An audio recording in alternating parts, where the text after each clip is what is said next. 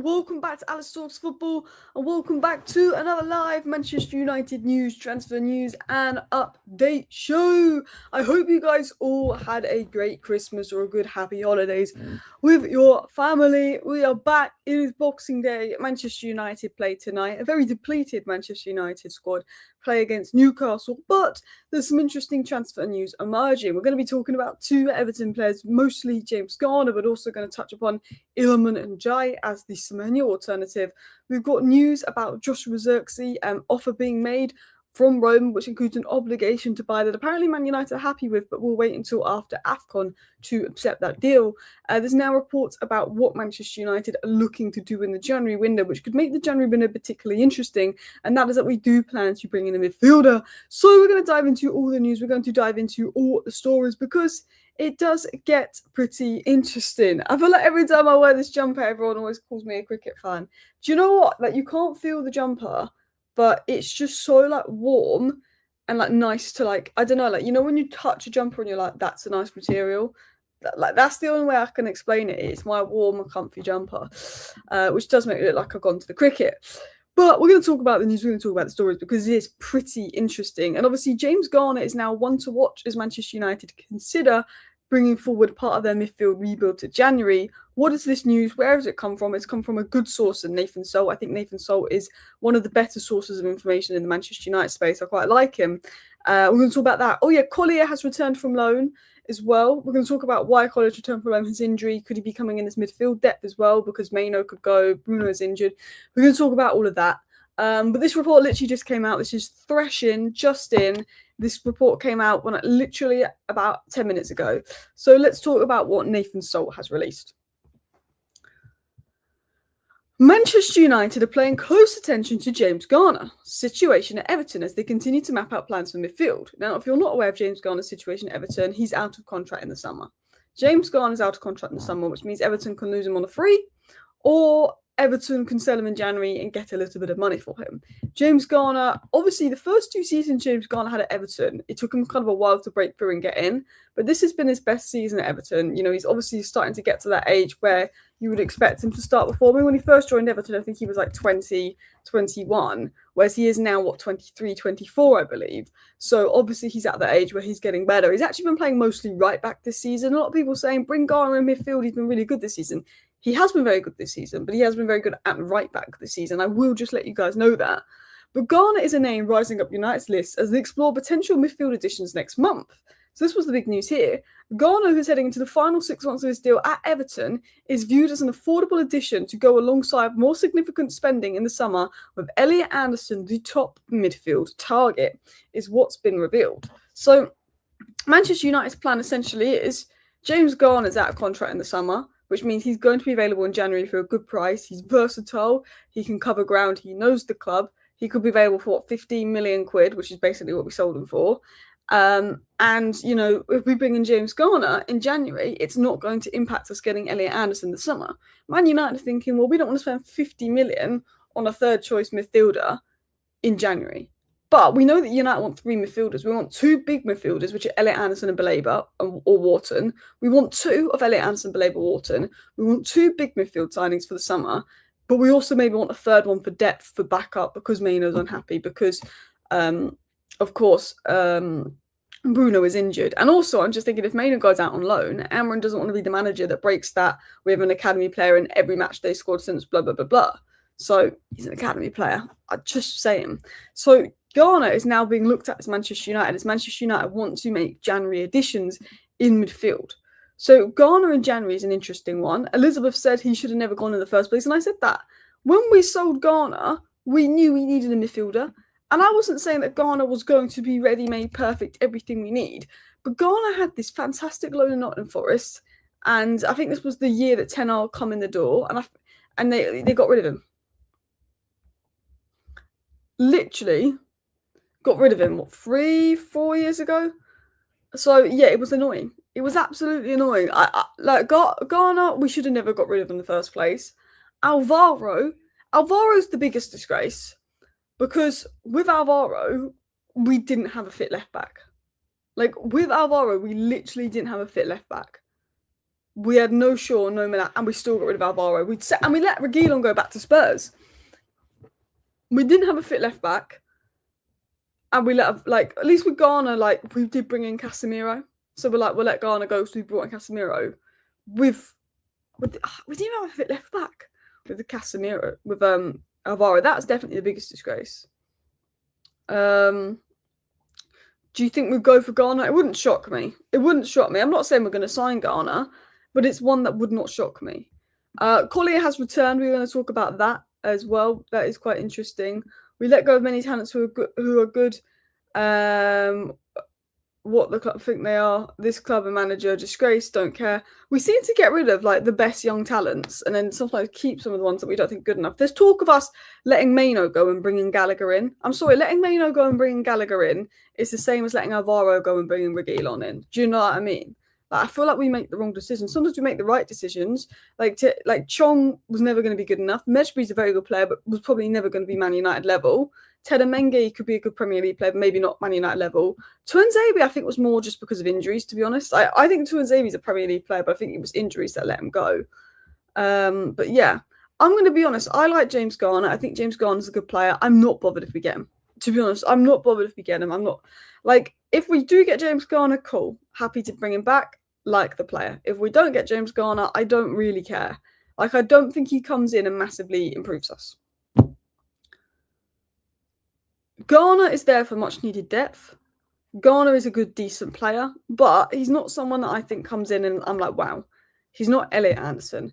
I'm okay with Garner in January coming in, depth option, but I don't think he's Elliot Anderson or Adam Morton or Carlos Baleba, if you know what I mean. But he's better than a guy. I would say he's better than a guy. So he's one of those. He's you know how Arsenal signed Norgard and Subamende? All the Arsenal fans are excited about Subamende and they're happy with Norgard. That's how I feel about James Garner. He's a Norgard. He's not a Subamende, he's a Norgard. And for me, I think, he'd suit what we want to do. He's versatile. I like the player. Probably shouldn't have let him go in the first place.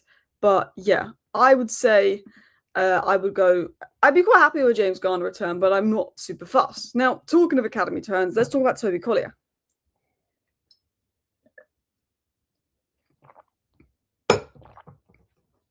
So, Manchester United have recalled Toby Collier from his loan at West Brom. Collier already returned to Carrington for treatment. The club has now decided he won't be heading back once he recovers. So, because Amarin slandered the academy, Collier and a lot of the academy players, some of the people in the fan base that are Amarin sexuals, basically, have decided that Amas is rubbish, Cheeto is rubbish, and Collier is rubbish. And I've seen responses to this Amarin was right, Collier's not good enough for West Brom. He's been recalled. No, Collier's been recalled because he's injured. I don't know why people are saying Amarin's right, Collier wasn't good enough for West Brom. He's been recalled because he's injured. Okay? Also, because we're thin in midfield. I think Man United have thought, well, he's not going to be able to play for 2 months. We're quite thin in midfield. Maino could go. Collier was liked by Amarin. He's seen as having the legs. I do look at it and I think Man United are just thinking, we're thin in midfield. The guy's got legs. He's going to be injured for a month or 2. Let's bring him back. That's what I think Man United are thinking about, to be honest. And also, they think we can put him on the bench if Maino goes, and that's our academy player. Tick that box so we don't, lose out, because we've got this record of having an academy player in every matchday squad for so long. And I think that Amarin's probably been told he has to have at least one academy player in his matchday squad. But yeah, that was interesting. It is said that Man United do not intend to let first team players leave in January without replacing them in the squad. Is Collier coming in so then they can let a guy go or can let Maino know? Who knows? Collier's going to be injured for a month and a bit. And Collier was injured a lot of last season. Collier's got a little bit of that Mason Mount, Luke Shaw gene in him. He's been injured quite a lot lately, so who knows with that. He's believed to be out for at least a month or 2. Yeah, he's had a few injury issues. But I don't know how serious it is. Yeah. We should be check the reality. We are not the club we were, so players won't come on and high wages. I mean, some players will come because they're attracted to the idea of turning Man United around. But I think, to be honest, we need Champions League football this year to really. I think if Amarin can get top 4 or top 5 even, and we can get that Champions League football, that Champions League space, I think we're okay. I think if we go another season without Europe or it's Conference League, I think Europa League potentially, Champions League will help. Look, there's a really good opportunity to get Champions League football, and we're probably going to miss out on it. Let's be honest. And that's annoying and that's frustrating because I generally think that we're good enough to get Champions League football when you're considering the state of the Premier League right now. But this is why I want to invest in January, because I think in the summer, if we have Champions League, it's going to really help us get who we want to get. Otherwise, I think we could struggle. And we know we want to get Anderson. We know that City want to get Anderson, and Semenya's rejected us for City. Donnarumma rejected us for City. Yes, City offered them higher wages. Elliot Anderson's already following City on Instagram. I want to talk about Ruben Neves because a couple of people in the chat have said get Neves in and Gallagher on loan for the winter window without spending a lot of money for young elite midfielders in the summer window. I also think we need another proven striker. I agree. I'm not a big fan of Gallagher, but to be honest, you can get Neves in for 15 million. I think Neves is a better player than James Garner. I know James Garner is younger, but I would pick Neves over James Garner as a temporary midfield signing to come in.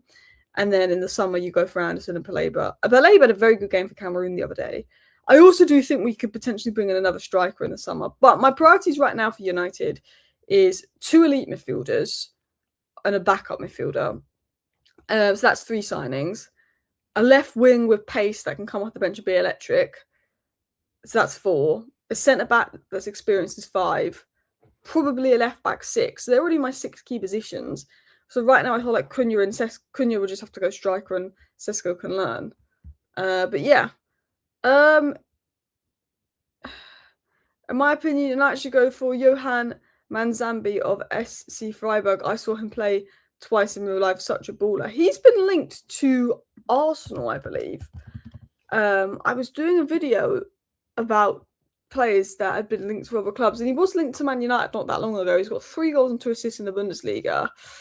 But he's recently been linked with Arsenal as well, because Arsenal are looking at a few young gems out there. I would have to watch more of him. I really haven't watched much of him, but he normally plays more of a centre mid or attacking midfield role, can play on the left. One to keep an eye on, because we've been linked to him, Arsenal have been linked to him. How about Vlahovic from Juve? He's available on a free next summer. I'm not against Vlahovic, but he's on like 300 grand a week wages, so it depends if he's willing to lower his wages. I think Vlahovic is a decent player, and but he's just nowhere near the 300, 400 grand a week of wages he's on. He's only got 3 goals this season in Serie A. But I mean, I'm open to Vlahovic if he's on like 150k, which he won't take.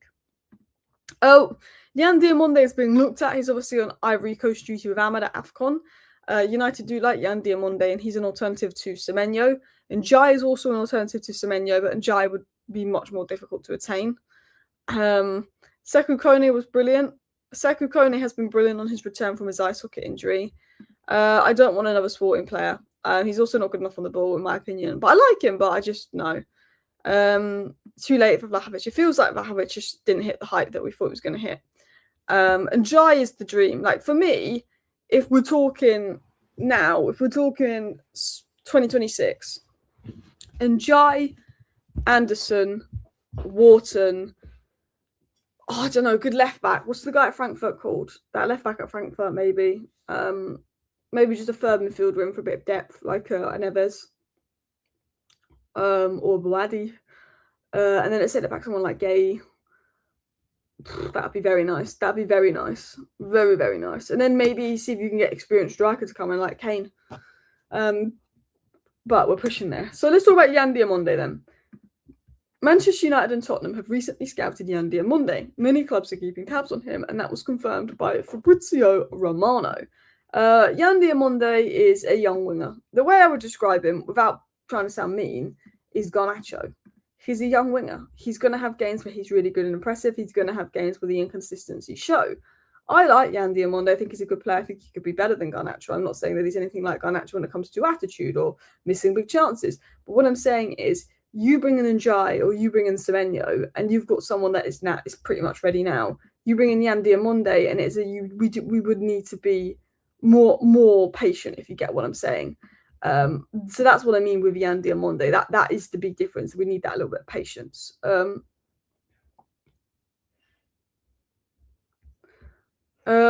you think if Amram was sacked, we'd have better pull? I mean, it depends who the manager is. Like, if you sack Amram and bring in Hansi Flick, and maybe. I don't necessarily think it's about Amron not having pull. I think it's about the fact that we're just not. I think if we get Champions League football this season, Amron will have pull. Do you know what I mean? I don't think so.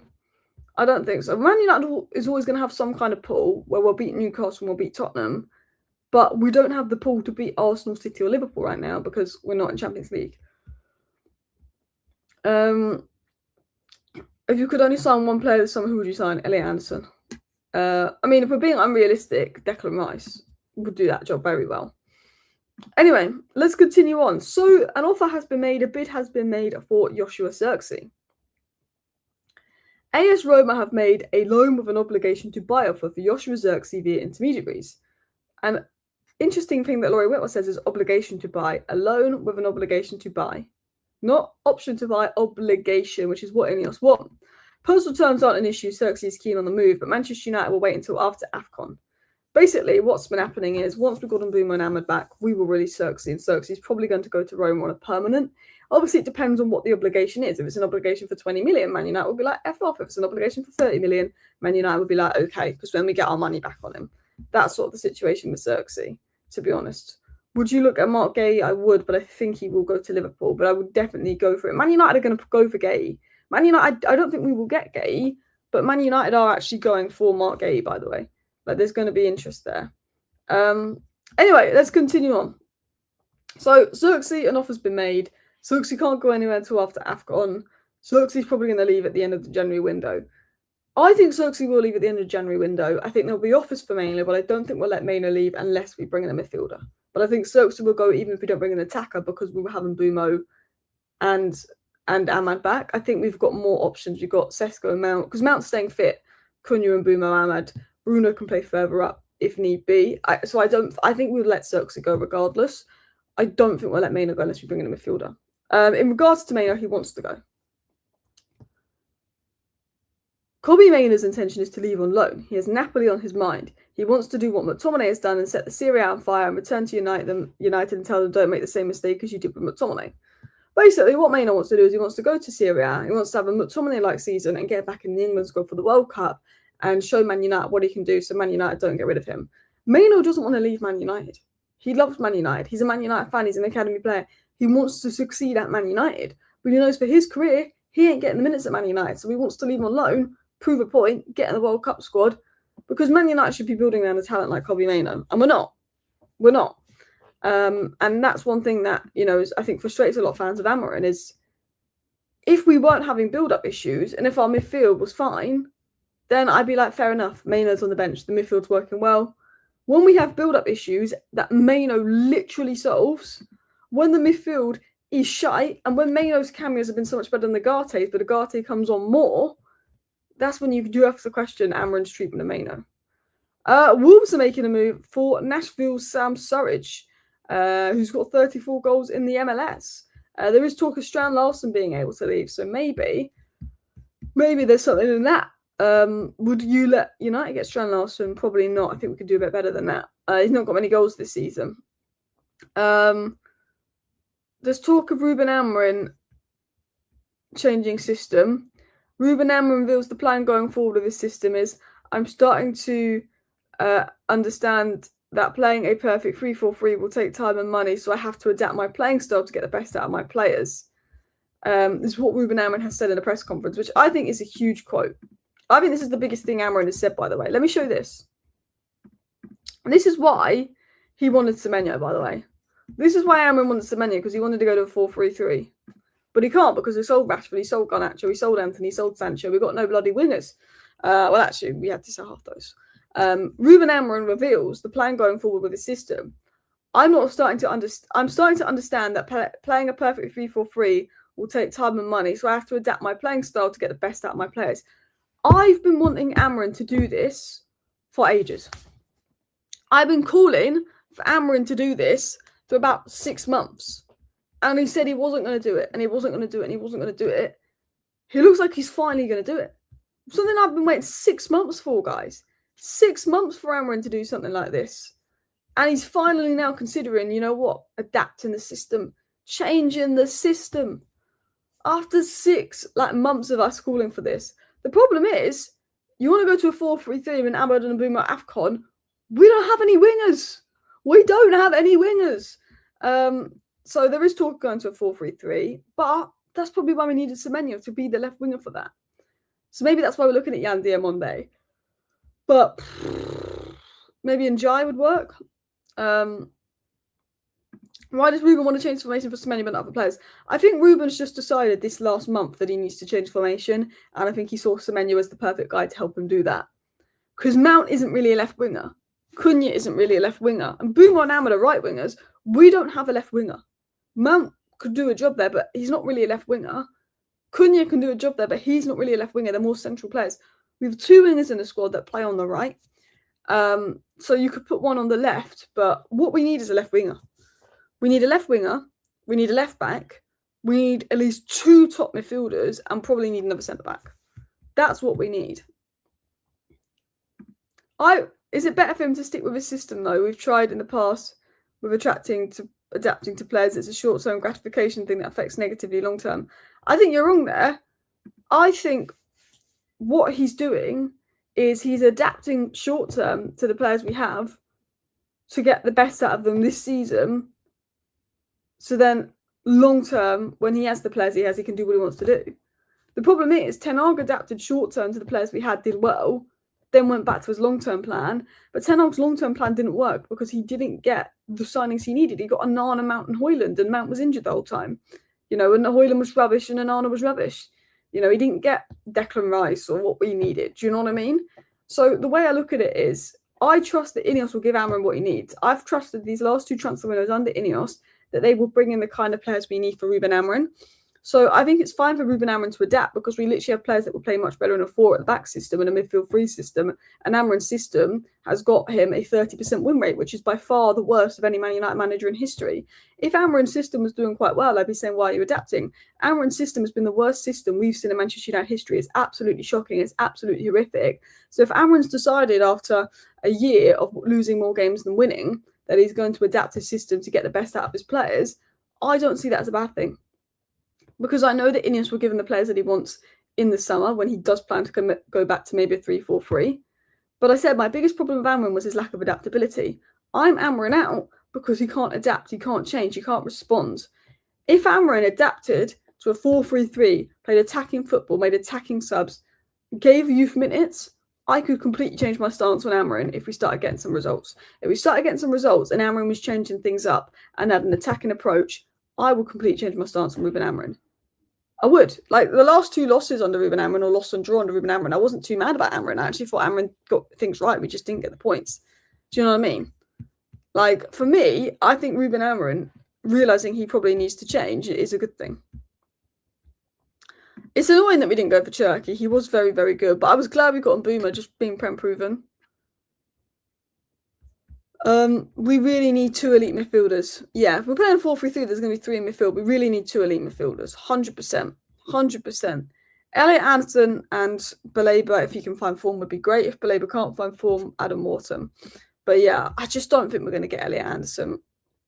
Do you think the reason we're looking at Ghana is because he wants to go to midfield 3 and that's why we brought Collier back? I mean, potentially, but I wouldn't look into it that deeply. I think Semenyo made more sense. 4-3-3 Semenyo, we literally don't have a left winger in the squad. Whereas with Ghana, who knows? Man United will probably sell Maino and bid back for him in a few years. I mean, probably. I mean, we're bidding back for Ghana. We'll probably bid back for Maino after we sell him. James Garner is only 23 or 24, I believe, as well. So still very, very young. And could be available for like 15 million. I still think Neves is a better player than Garner.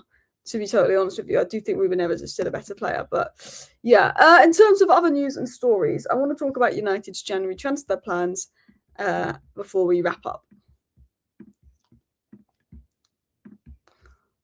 I'm just scrolling down the chat. Big up Alice, hope you had a Merry Christmas. Yeah, I hope you all had a Merry Christmas. No rest for the wicket. Fuck's sake. Diamonde, I like him, but it depends on the price.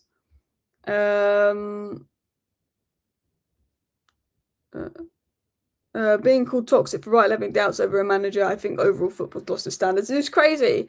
Being called toxic for having doubts over a manager with a 30% win rate. Yeah, it's nuts. I think every fan can have doubts over Ruben Amorim. It's not like we've won anything. I mean, I was talking about Ruben Neves. I'd love Jao Neves, but we won't be able to get him. So let's talk about these news stories, because this is Laurie Whitwell, very credible. United are prepared to be active in January, but only if they can accelerate the signing of a long-term target. Baleba, Walton, Anderson, long-term targets. Or, as mentioned by Nathan Salt, someone that wouldn't stop them getting their long-term targets who's affordable, like James Garner. Walton is admired for his line-breaking passes and profile. Baleba remains as an option, but cannot be ruled out despite a dip in form since things have taken place. We know from Nathan Salt, Elliot Anderson is number one. Why is this interesting? We had 65 million ready for Semenyo, but he chose City. This shows Ineos are willing to spend big in January if we can get what we want. Winger wasn't priority, it was an opportunity, yeah? 65 million in midfield. Walton, Anderson, Stiller, Baleba, they're kind of players that we're looking at. Push, try, do something. See if you can do something. Bruno's injured as well. This is interesting. We have 65 million. We're willing to go for Semenyo. Go push for a midfielder. See if we can do something big. Maino has the talent, but no fight. Sad. I mean, I wouldn't say Maino had no fight. Like, the guy has not started a Premier League game all season, and Agate has. And the only game he started was Grimsby, and he was the best player on the pitch versus Grimsby. He was the only player that had a good game versus Grimsby in that starting 11. But Agate's rewarded with starts, but not Maino. Maino gets, 10 minutes off the bench. He got 20 minutes off the bench versus Man City. He was the best player on the pitch. Maino's been unfairly treated. There's one thing about fight, but Maino got the Ahmad treatment. There was fans that were backing Ten Hag over Ahmad. Look how good Ahmad is. Ahmad's been mint for us. So there's fans that will bat Amorim and say Maino has no fight. Maino's been treated like Amorim, like Ten Hag treated Ahmad. And we know that Ahmad was a baller, and that's why I was upset with Ten Hag. And I was Ten Hag in, remember. That's why I'm upset with Amorim, because I know Maino's a baller. I do not intend to let first team players leave in January without replacing them long term. So that's why I think Maino could stay. Obviously, in terms of Semenyo alternatives, Iliman Ndiaye is one. And Amorim was asked about Iliman Ndiaye, and he said that he is an incredible player. He's obviously at the AFCON right now. But I think United are looking at Yan Diamonde as their alternative maybe now. But I think in the summer, Ndiaye is one to watch. Can't see Everton selling Ndiaye in January. I don't think they'd want to sell him in the summer, but if a big offer comes in, they probably would. But Ndiaye is definitely that one to watch. If we get Semenyo, we need midfielders. Look, if we could get a top midfielder, do it. I wouldn't say Semenyo's overrated, but I don't think it's awful missing out on him. I like Semenyo. I would have really liked Semenyo, but missing out on Semenyo isn't the end of the world. Missing out on Elliot Anderson, when we do miss out on him, to Manchester City, because I just know he's going to go to Manchester City. You know when you just know? I just have a feeling. I just knew. I was saying last year, I just know that Cunha's going to be a Man United player. This time last year, I was saying, I just know that Cunha's going to be a Man United player in 2025. I'm just saying this now. I just know that Elliot Anderson's going to be a Man City player in 2025, and I hope I'm wrong. 2026. I hope I'm wrong. But I had a feeling that Cunha was going to be a Man United player, and I had a strong feeling that Anderson's going to go to Man City, which I hope I'm wrong about. But Elliot Anderson is the one I don't want to miss out on. Semenyo going to City, whatever. I would have liked him. It's a good opportunity. Elliot Anderson, if we miss out on him, that's the one that I don't think we want to miss out on. Semenyo's best player on the pitch along with Cunha. Diamonde's another Sesko signing. Just young, raw, maybe not fully ready. I get that. I like Sesko, but with Ndiaye and with Semenyo, they're ready now. With Yan Diamonde, they're like, ooh. Chelsea keep signing these Gittins and these Garnachos who aren't quite ready yet, and then they wanted Semenyo. You want ready-made. We want ready-made. Nico Williams is so overrated. I think he's another Garnacho, to be honest. He just had a good Euros. I don't actually rate Nico Williams that highly. Best left winger. I mean, the thing is, I'd take Rashford back. I know he probably wouldn't do his with a Barca at us, but I'd take Rashford back. Interesting update on Manu Kone. It's not news, but it's a fairly credible rumour. I've been told by multiple sources that he'll leave Roma in June to join Man United. I don't know if that has anything to do with Joshua Zirkzee. He might have been included in some sort of counterpart, blah, blah, blah. This is interesting. I need to look into this. Apparently Manu Kone, Roma sources saying that Kone is going to United. Surely not. I mean, I'll be happy. What is this? Italian journalist, I don't know who that is, Francesco Slicey, how reliable this is, has said that it's a credible rumour that Manu Kone is going to leave Roma for Man United. Let me search this guy up. I reckon this is BS. I'd love it to be true. I did a video on him 2 days ago. It's come via Sport Witness. I can't find anything about this journalist online, people. I can't find much about this journalist online. Look, wait, I found an Instagram. Who is this? Okay, she's got 64,000 followers. She's a Roma journalist with 64,000 followers. So she's not a nobody.